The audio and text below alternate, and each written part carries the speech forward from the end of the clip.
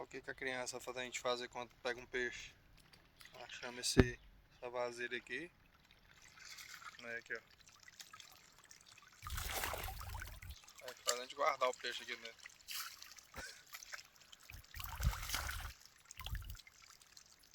Pelo menos aqui ele tá com oxigênio, né?